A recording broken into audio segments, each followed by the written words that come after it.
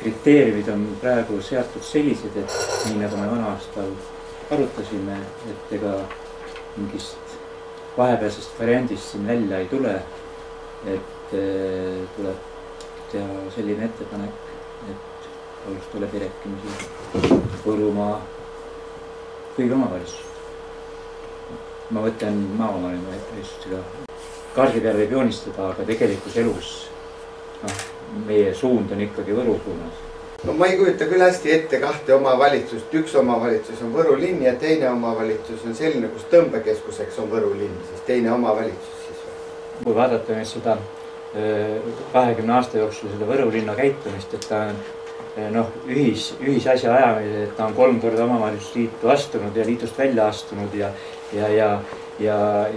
seal on nii nagu iga valimiste jälle persoonid on sellised, et kõik on väga tugevad isiksused ja igaüks muudkui üritab midagi ära teha ja või vähemalt näidata ja teisele kruvi keerata kuskile.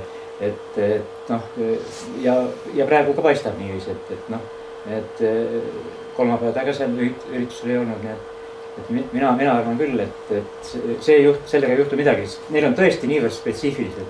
Ma võin ka öelda seda, et ega siin meie elu kindlasti läheb keerulisemaks, asjaajamised läheb keerulisemaks, kuna suur vald on ikka suur vald ja ei saa siin oma ehituslubasid või midagi nii kiiresti ja kõik asjad lähevad keerulisemaks. Aga kui tekivad sinna veel poliitilised tõmblemised vahele, siis on see veel keerulisem.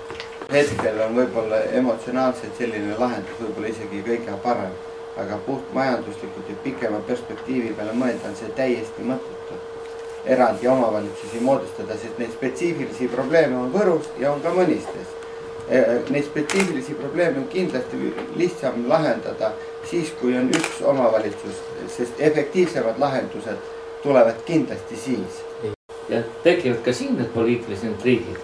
Praegu on iga vald väike ja teki neid tead. Ei ole väga hull. Mõnikord enne valimisi on natukene siin, aga siis laguned maha. Aga siis tekib suur vald ja siis tekivad ka siin poliitilised intriigid, need sellest ei ole pääsud. Ükskõik, kas ta Võru jääb siis eraldi omavalitsuseks või mitte eraldi. Tõmbekestuseks on ta nagunii.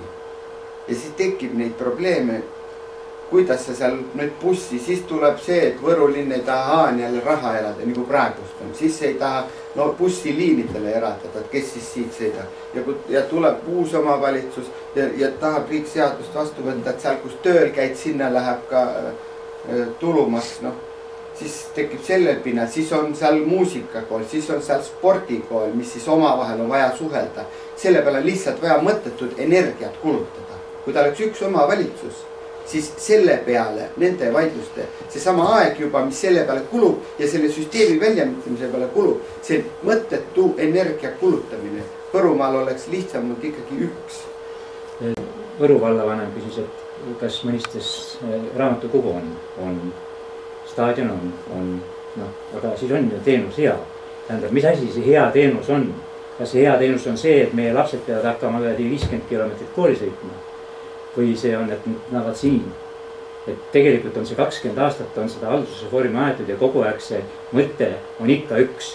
Et paneme kokku, aga mis pärast saab, edasi ei ole lahendatud. Ja ma olen sellest ka kindel, et kui tulebki üks suur omavalitsus ja seal ükskord need valimised tulevad, siis säänestid riigid, kui praegu seal on, seal ilmselt enam olema ei saa, sest kindlasti saab maakondadest ka sinna inimesi. Ja kindlasti on ka neid inimesi, kes Võrust saab, aga ise konkreetselt Võru linnas ei ela.